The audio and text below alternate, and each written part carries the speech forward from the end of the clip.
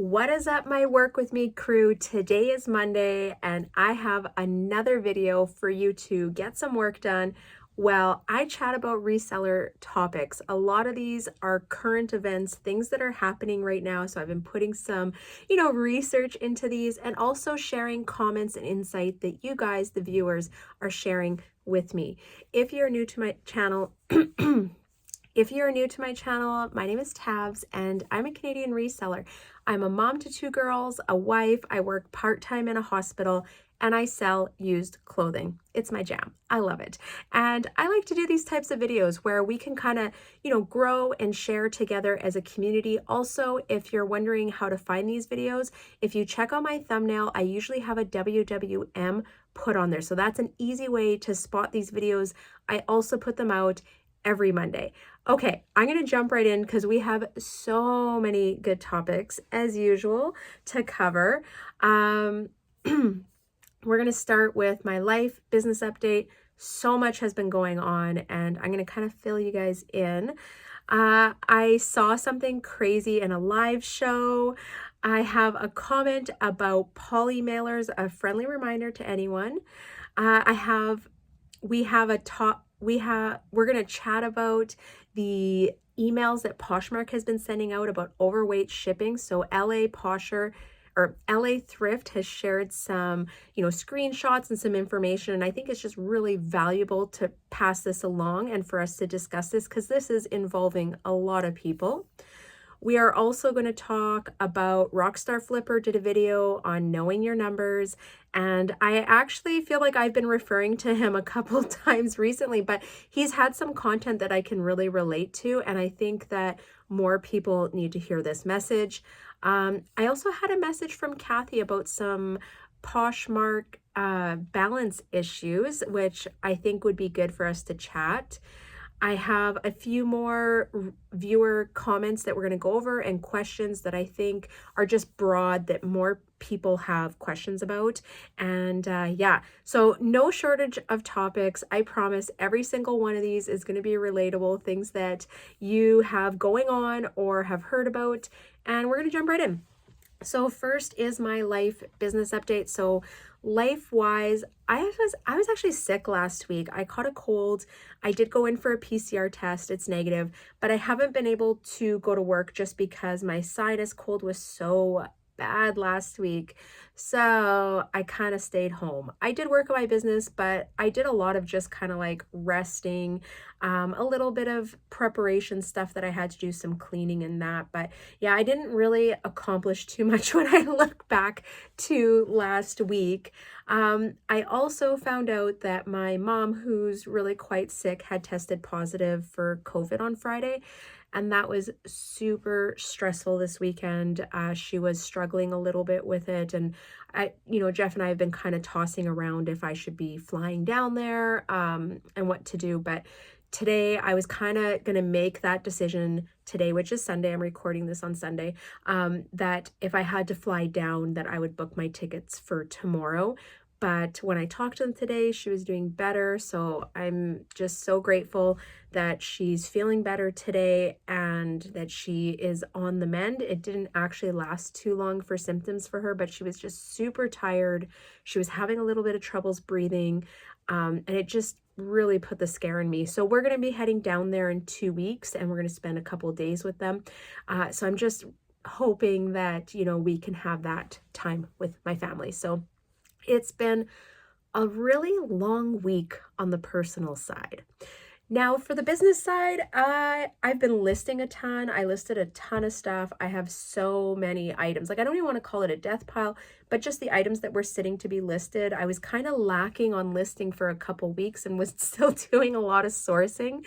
So now I'm finally catching up where I'm like, okay, I'm trying to get these things listed. I think I put up 42 listings this week, which isn't bad. Usually my goal is like 40 to 50, somewhere in there.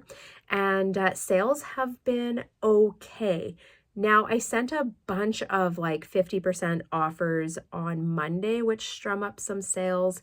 And then it's just kind of like on and off every other day.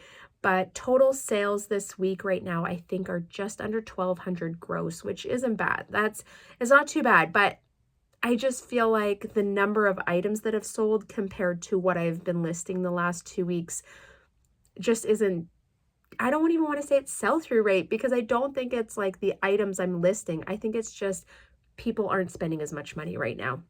So I'm going to be slowing down on my sourcing right now just until probably after the holiday season. I really want to feel out what happens in my business, because I can't source and put a whole pile of money into my business if the items aren't turning over, right? So I have been super selective in what I'm picking up, but I'm gonna kind of, I feel like this is thin ice. Like I'm gonna kind of just feel it out.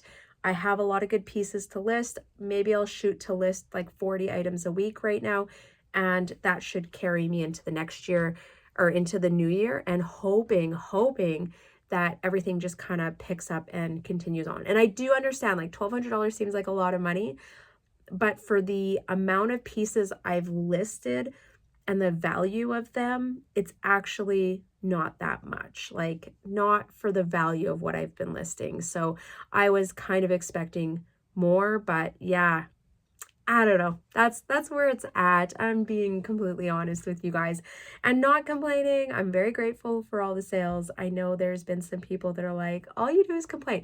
I actually don't. I'm actually pretty much a half glass full kind of gal. I'm very laid back, but I am realistic, right? And I talk about things, and I think these are all very relevant conversations. So if this video, I don't know, strikes a chord with you and this isn't your type of video, just don't watch them. How about that? I understand it's not everyone's cup of tea, but I think these videos bring a lot of value, and I love reading your comments. I love reading all the insight that you guys have and what you bring to the table, and I learn so much from you guys as well. So it is a mutual beneficial relationship between us, okay? Just so you guys know. All right, we're going to go on to the next one. So I want to know, has anyone seen people selling fake designer stuff in a live show? Have you? I did. I saw it happen a week and a half ago. I meant to put it into last week's video, totally forgot, but I saw a fake Balenciaga sweater sold in a show, and it was so cringy. Please do not sell. I mean, fake designer stuff is just faux pas anyways. I don't think you should be selling it or reselling it, and putting it into live shows. Just don't, okay? But I was shocked, and I'm sure it's happening a lot more than what I have seen. But I saw my first fake piece sold in a show, and I thought that was interesting. Next, we have a comment from Michaela, and she had commented on last week's video just saying, as a friendly reminder, anyone that's using biodegradable poly mailers, to check the manufacturer date and to make sure you're using them up. And I personally don't use biodegradable poly mailers. I wish they were a little bit more affordable. They're quite expensive, at least ordering them through Canada. Of course, unless you have like a cheap link, drop it down in the comments, let me know. But I have personally not been able to find them, and they're like always double or triple the cost of what the regular poly mailers are. Anyways, okay, so if you use them, and I had to Google this, you're actually supposed to use them within 12 months of production. There's no guarantee on the integrity of the bags after 12 months.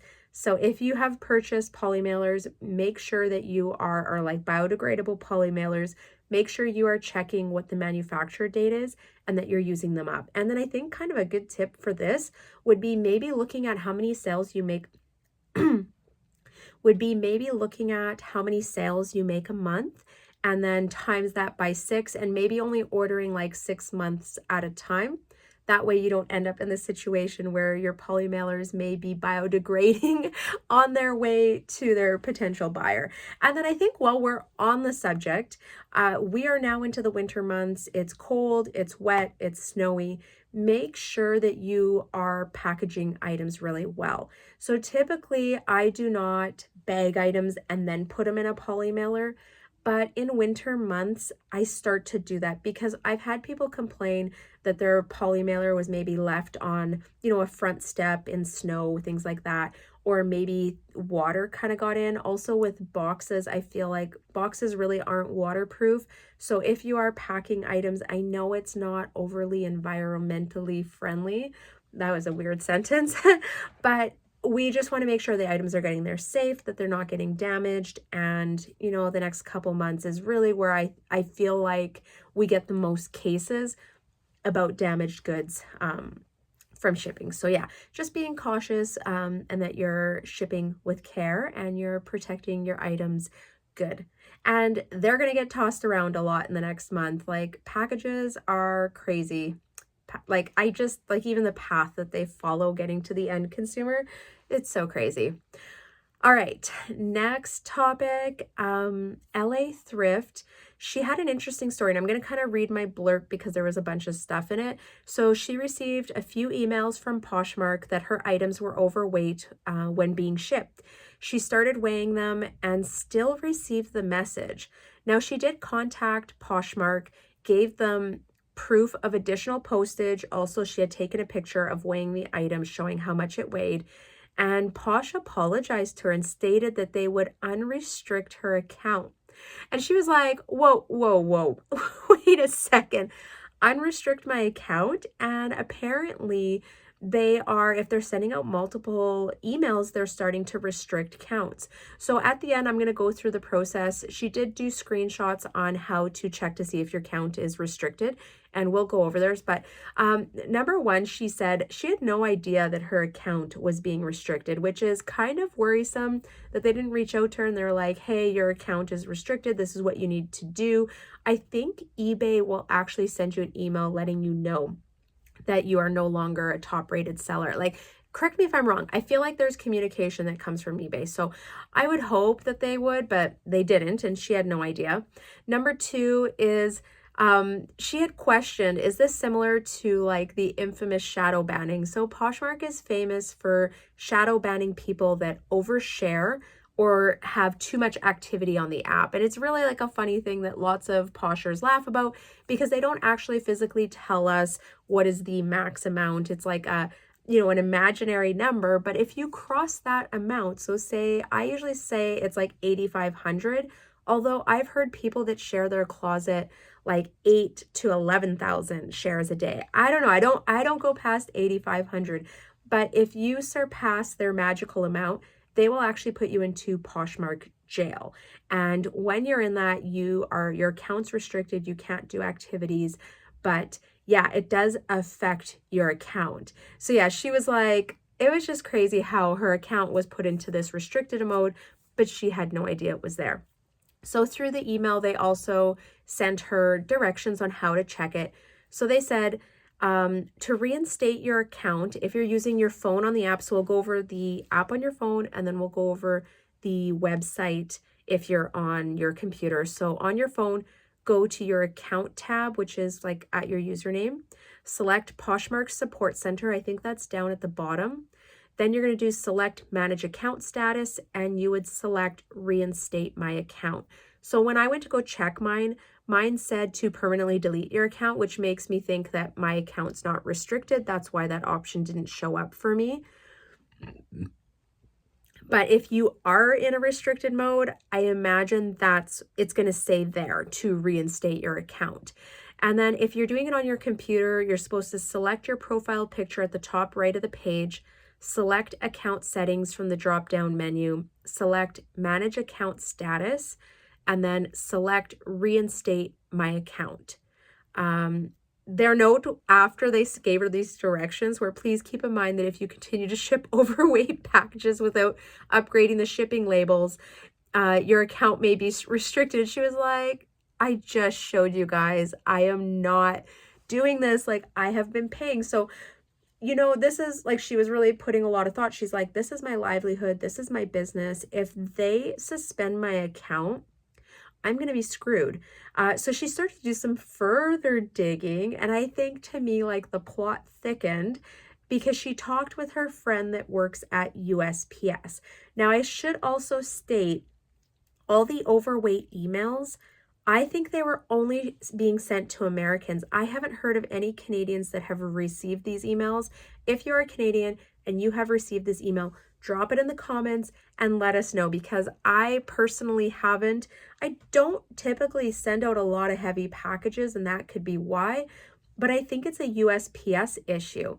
So she said when she spoke to her friend at the post office, they said that a lot of times they're double weighing all the packages at like the processing center, and that's how they keep track of the weights going into the truck so that they're not overweighing the trucks with packages.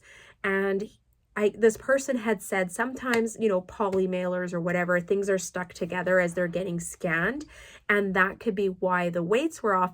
But she had a really good point here where she's like, okay, so you're weighing to double check for your truck, but there's not like a level of integrity there, because if you're false weighing it and then you're reporting that back to Poshmark, she's like, I'm getting in trouble for it. And really the whole point of that weighing was not to double check the weight against the label, but it was to check the weight for the truck, right? So I see how she's feeling frustrated about this. I see how the USPS is probably double weighing, right, to make sure that they're not going overweight on their trucks. But somewhere in this, there's an error, and it's happening on the USPS side now, because she, like she said, she is weighing all of her packages. She is purchasing the overweight shipping labels, and she was still getting in trouble for it. And Posh is like, well, this is what USPS is saying. So what I would love to know is, have you received these emails?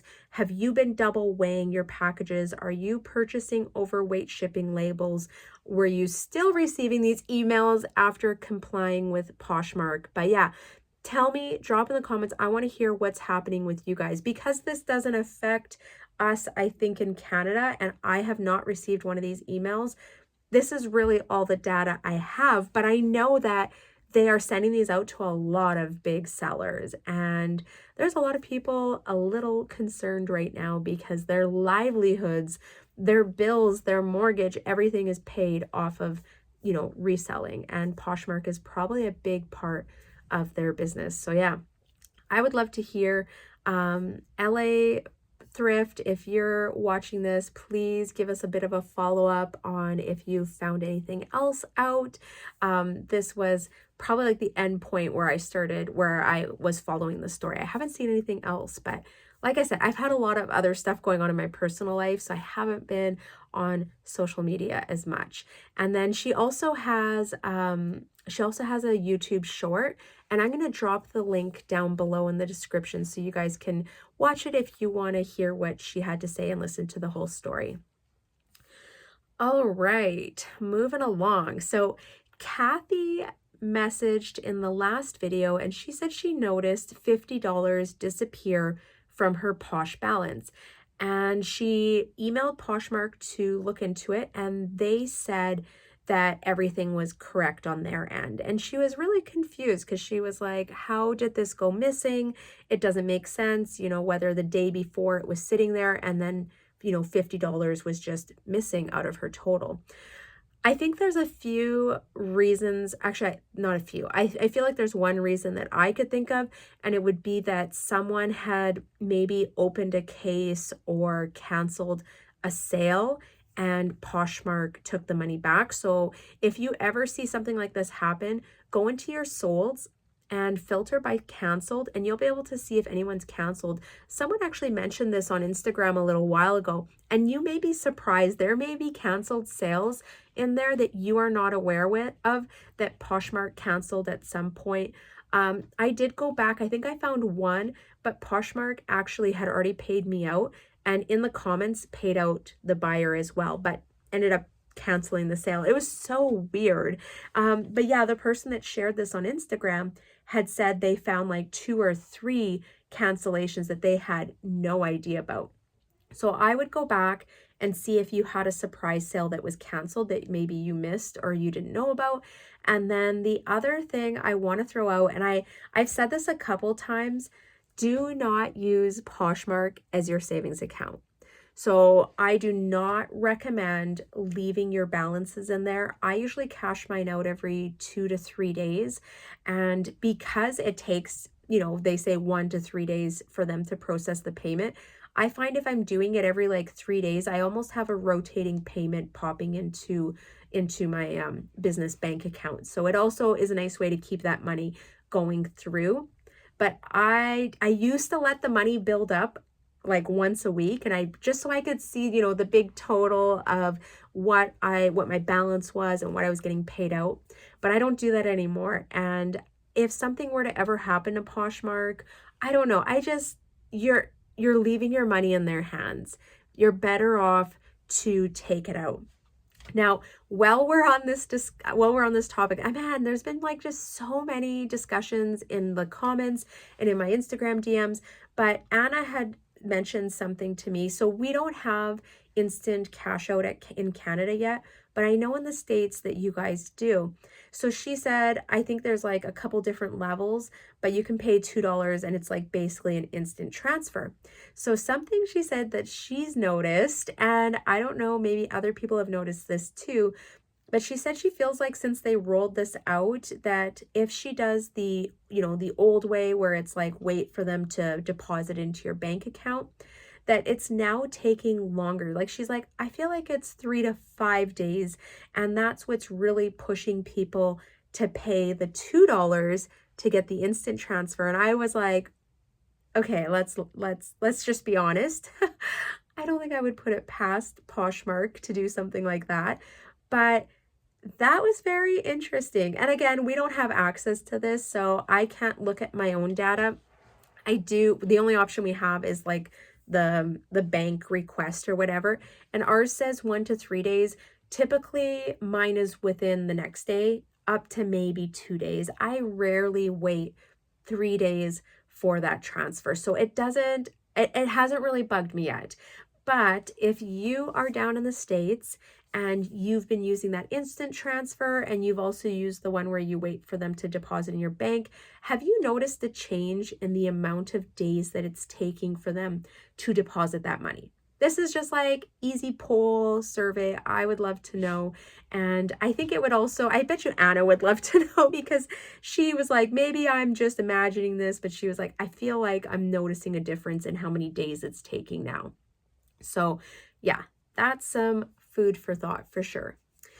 All right, let's jump into Rockstar Flipper's video. And I feel like this is a pretty big topic. I'm actually going to drop the link down for his video down below. I think it's about a 15-minute video. I highly recommend people watch it. I don't always agree with everything that he says or shares in his videos, but this video really resonated with me, and I felt like, man, I think more people need to hear this, because I don't think it's like a common practice for people to look at their business this way or to really calculate their numbers.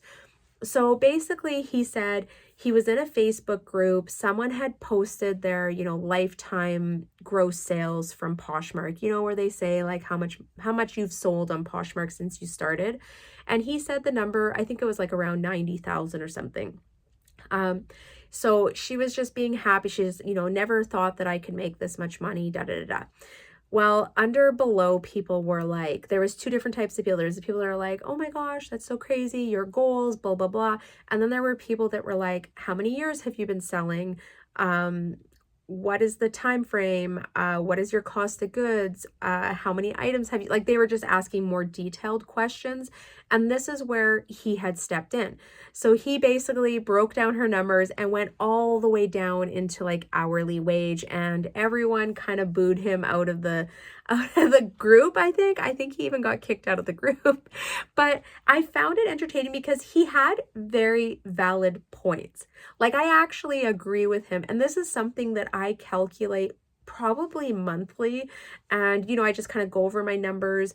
I do it a lot for YouTube, where I'll kind of look at, okay, what is my revenue from YouTube? How many hours did I put into it this month? What was my hourly wage? I'll do it for my reselling business as well. And my reselling business, I'm probably doing, I do that one a lot more frequently for sure. So basically what he said is, don't fall for it when people share their like how much they've made or their six-figure reseller because they sold $100,000 gross on Poshmark. They didn't take home six figures, and we all know this, right? So that number doesn't include Poshmark fees, cost of goods, your business costs such as like gas to drive to all the thrift stores, shipping supplies, things like that. And then you could also go as far as to break it down into an hourly wage.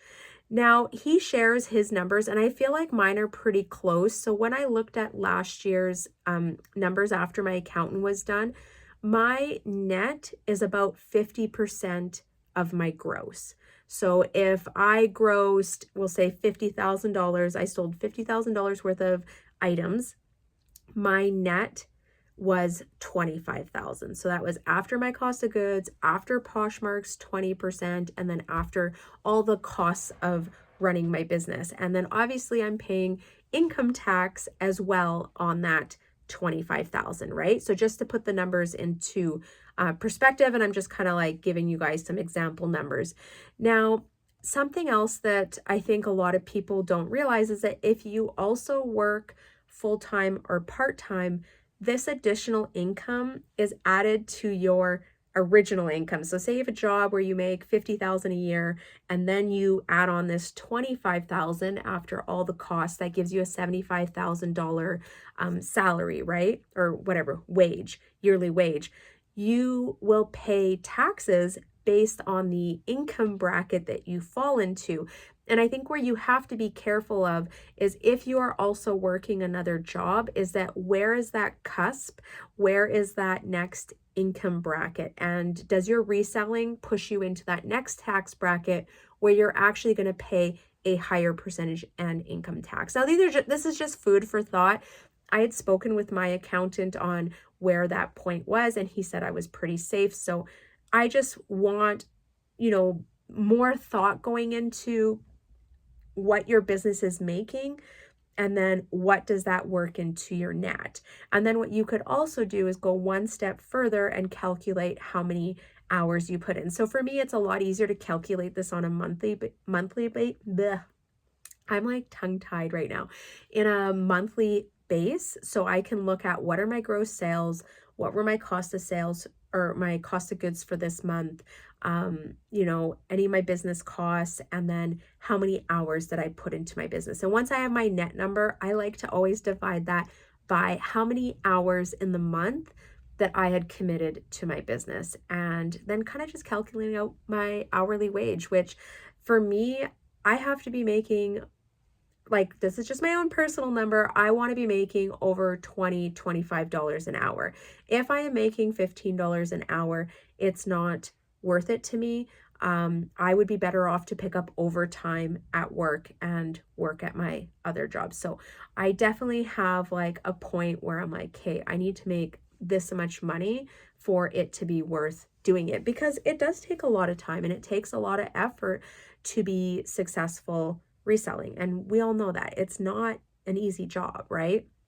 And I think this also plays into going full-time. So if I'm trying to create a salary of, we'll say $60,000 or $70,000 a year, realistically, I have to sell $140,000 worth of product every year to get that net income, right? And I think the other hard thing is now that also wouldn't include, if I went full-time, losing benefits, losing pensions. So then you're taking that out of your business money as well to purchase your extended health care or put money away into investments for retirement, things like that. So I talk about this often, like kind of, that tug and pull of where I am going full-time. But this, like looking at these numbers, this is a really big one for me. And then I also find, like, to scale up your business to be hitting that $140,000, $150,000 a year in gross sales, or maybe even you want to push it and you want to make $200,000 in gross sales a year. This is not like, this is a very broad statement, but at that point, you probably need help. So you would need employees, you would need someone helping you list, whether you're contracting out your listing, you may need help with shipping, maybe you need help with sourcing or photographing, but I don't know too many people that can run a business at that volume with just one person. And then that also starts cutting down your net, right? Because your business costs go up and then you need more space. So these are just all things to think about when you're looking at someone and going like, oh, their goals or this is where they're at. It's not always as cookie cutter and as good as it looks. That's all I'm saying. Anyways, he had a really good video.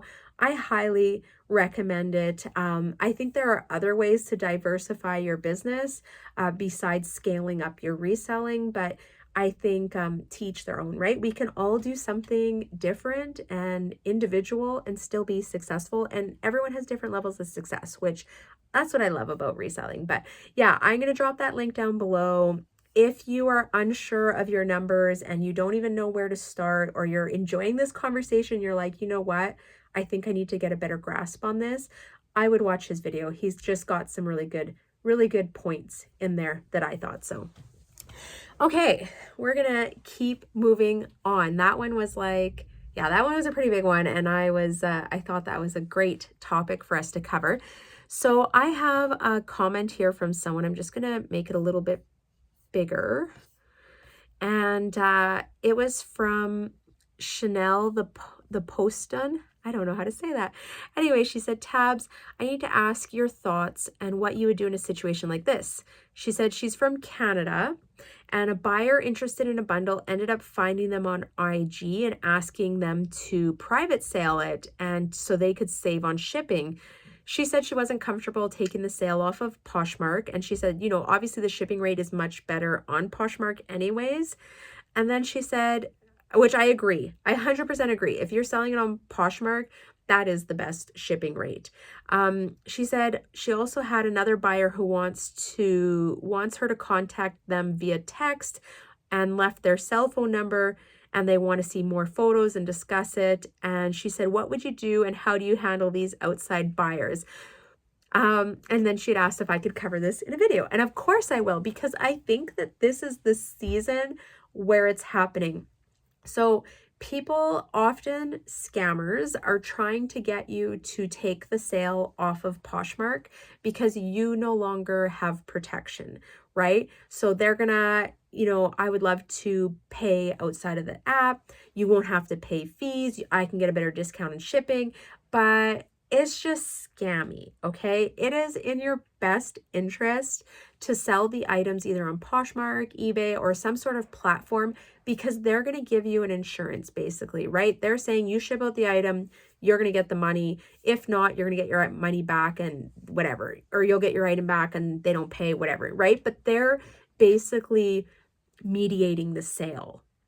If you do it on your own, which again, I just think this is scammy. I don't think this person is actually trying to purchase from you. I think they're just trying to get you like personal information, or they'll pretend to send you money and then you'll ship out your stuff. Like, I don't know.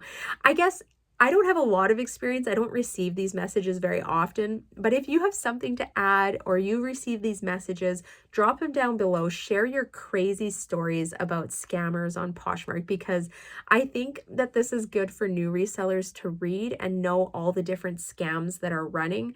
But basically, I just want to say, don't do it, okay? Don't do it. Keep the sale on the platform, because this is where you have your insurance. Now, I have done a couple sales privately. Most of the time, because I'm in Canada, I'm sending them down to the States. So someone from the States will reach out to me through YouTube or through my Instagram. I saw this in your thrift haul. You know, can I buy it from you? I'll calculate the shipping. I'll send them the total. They will PayPal me. I have the money, and then I ship the item out, and then I give them the tracking number. But I feel like there's a little bit of an assurance for buyers buying off of me, because, you know, I'm on social media. I have a YouTube channel. There's just a little bit more of a profile behind me, I guess.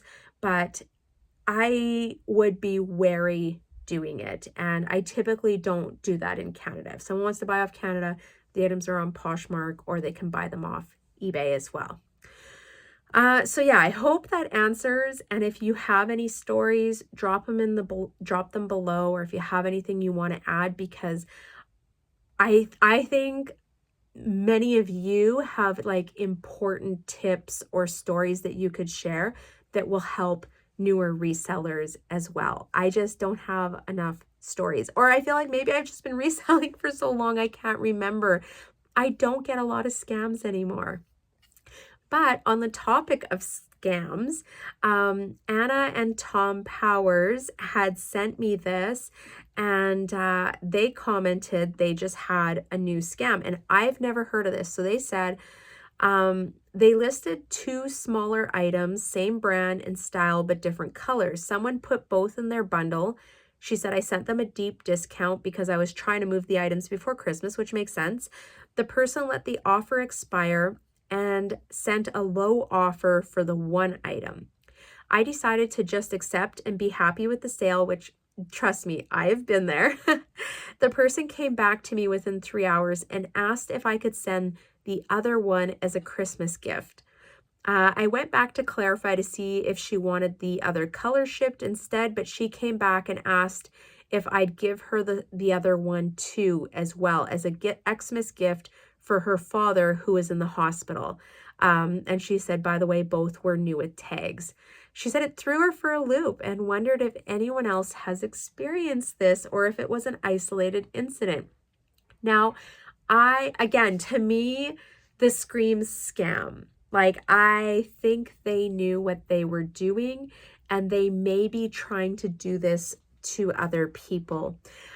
I don't know. I just think, I don't like that. I don't like what the Powers did, but I don't like how this person approached it. And then like asking someone to give them the item in the Christmas spirit. I have heard some sob stories, and I would say they were probably when I first started and I had a lot of items under $20. I feel like I would get more. I hate to say sob stories because everyone has something, you know, tough going on and everyone has their own story, but these things, sometimes they just seem really fabricated. Like, I would never go online, try to buy something from you and say, my mom is really sick, you know, like I would never use that as an excuse for someone to give me a deal. So that's where I think, like, I don't know, this is kind of scammy. Has anyone else had this happen to them? Because I was so blown away when they sent me that message. I was like, that is a new one. That is a new one to me, but it may not be new to you. So if you've heard it, drop it down. Let's hear what's going on with that.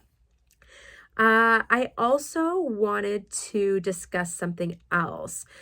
Someone had brought this up in a comment and they said, what do you do when you can't find an item, or you find an item and there's a flaw that you didn't disclose? So maybe something you missed. And I used to check all my items over before I ship them, but more because my listing process was a lot more rushed, where now I check over the items better when I'm listing so that when it comes time to shipping, I don't. But anyways, I have caught items that were flawed when I was shipping or that I just couldn't find in my inventory. So here is my quick and easy way that I deal with this. If you have something different that works for you, please drop in the comments, share your thoughts or what you do in your business.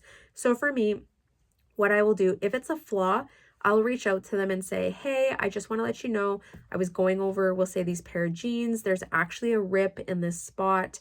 I can either, number one, cancel the sale. You'll be fully refunded. I can ship these out if you don't mind, or you can substitute and I will send a totally different item in my closet. So if the item sold for, let's say, $35, I would tell them you can pick an item worth $45, right? Just a little bit more money. I can sub an item and see what they decide. Sometimes they'll actually go through your closet and they'll be like, you know what, can I buy this one instead? Yep, 100%. I will ship that one out instead of these jeans. Sometimes they will say cancel the sale, which I know it's a lost sale, but I would rather that than have to deal with a case or an unhappy buyer. Now, I also do the same thing if I can't find the item. This probably happens to me, I don't know, maybe once every couple months. I honestly will not be able to find the item. Sometimes the item has sold also on another platform, which that really sucks as well. I will usually let the buyer know that I do not have this item. I cannot find it anywhere. And again, the two options would be I can cancel this sale, or I can substitute it with another item in my closet that is worth a little bit more money. Hopefully, what I'm hoping is that I can still hold on to that sale and just sub it with another item. But in the worst case, I have to cancel it. But what I would love to know is if you have a different method of dealing with this. But this would be my advice. This would be exactly how I would handle it. And yeah, I would love to hear what you guys are doing, because maybe you have a better idea than what I have been doing. And I don't think, so I'm going to turn this just a little bit more. If the buyer, so say you miss it, the buyer contacts you and says that there was this flaw, can you give me a partial refund, or can you send me money in return? The answer is no. If you miss something and the item is shipped out, you need to let the buyer know that they have to open a case. And then at that point, you could comment into the case saying, yes, I will accept the return. I missed that there was a hole in the sweater or whatever it is. And that has happened to me. And I usually just say, yeah, I'll accept the return. I get the item back. Usually I will fix whatever. Usually for me, it's always ended up being like a hole in a knit sweater. So when I get the sweater back, I fix it and then I relist it and sell it. And it works out all good that way. But yeah, I think that would be kind of like that next step. So if you have anything to add, you know what to do. Drop it down below. And then I think we have two more things. So we're going to talk about a swag box that someone received from Poshmark. And then we're going to do the positive shout out, because I just love ending the videos with that. It's so much fun. And it's a good way to just end on a positive note. So this isn't as positive, but I don't know if you guys remember in the last video, I talked about how I saw Poshmark was auctioning off these free swag boxes. So these are items that they give away for free to people that like speak at events or host like sip and learn or whatever, those kind of things. And I think even at some of their live events, they'll just have them on tables giving them out. But anyways, they were auctioning them off in the video or in their live, and someone had paid $51. And I was just like, oh my gosh, that's so crazy. Well, it's funny because I had a viewer reach out to me that purchased one of the swag boxes. It was not the $51 one, but she did purchase a swag box in one of their videos. And she was actually really disappointed. And she said, I'm happy you brought it up, because in the moment, I was kind of excited. I didn't have any Posh stuff, so I wanted to buy one. And she said, what I received was so disappointing. So she said she actually purchased 2 boxes, I think in the same show maybe, and they shipped one out, but the second one was never shipped. And she said she received the first one, the second one was still not tracking or whatever. And when she received the first one, she said she was just super disappointed in what she got. She said she got a knit toque which had hair in it.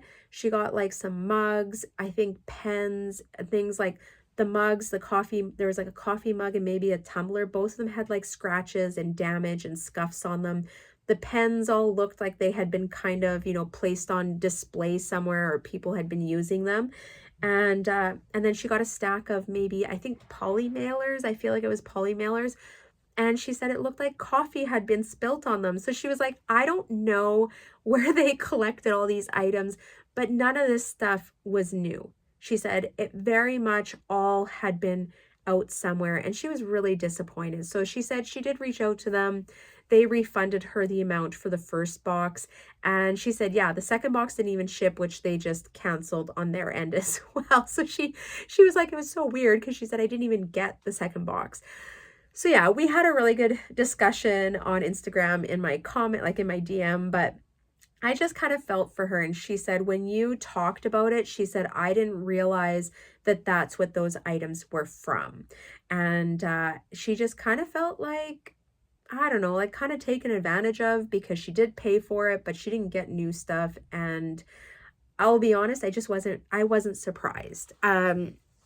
I was thinking that's kind of what they were going to be. They were going to be things that they just kind of had kicking around the office, that they were like, yeah, let's just throw these in a box and auction them off for fun, right?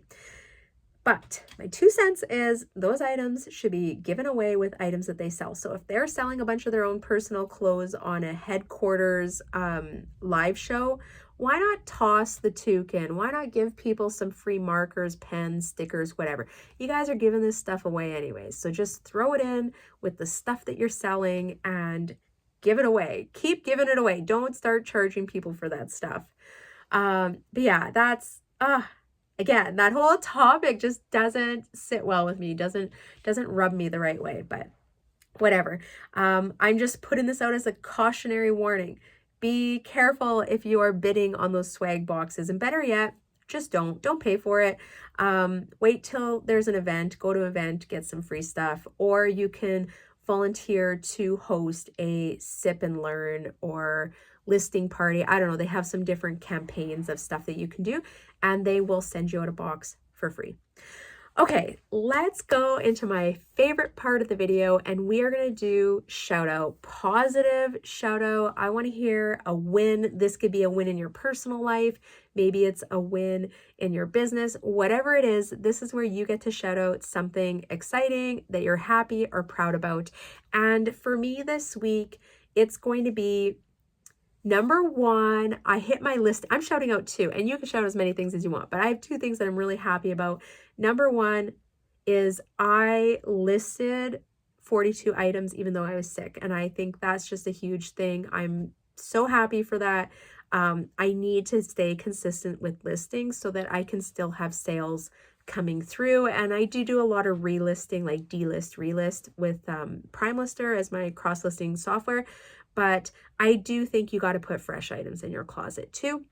And then my second win is that I have been consistently listing things to eBay now. Like, it's official. I am doing it every night when I do my regular, like during the day when I do my regular listing. I've been sitting in the evening and doing my cross listing, and it's showing through. I'm getting more activity. I've had some offers come through. I sold a couple things on eBay, which I'm excited about. I do use Prime Lister. I don't know if you have cross listing software, but I highly recommend them. And if you haven't done any cross listing yet, or you've never tried it, you can try it out for 7 days free. I have a link down below, and kind of dip your toes into cross listing. But 2023, people, this is our goal. We are diversifying our businesses. We are putting our eggs in a couple different baskets. You don't got to put them in all the baskets, but you should probably list on more than one platform. And we are growing and making sales in 2023. All right, those are my two shout outs. I'm also feeling better, which is like just a huge win on its own, because I've been feeling so crummy the last week, and you guys can probably hear it in my voice. But yeah, I just feel like things are going good. My mom is feeling better. My business is going good. I got Christmas sorted out. I'm listing. It's just, things are going good. I'm feeling good about it. All right. I want to hear from you guys. I love the comments. I am always like eagerly waiting to reply to them. And yeah, I'm going to let you guys go now. All right. I am wishing you all many sales, lots of fourth quarter sales. We need all this. Here's some extra, because I think we're all in the same position right now. And thank you for watching. Oh, also, if you are new, make sure you tap subscribe and give me a thumbs up if this video brings you some value in your reselling business. All right, I'm out of here. Thank you so much, and I'll see you next time. Bye.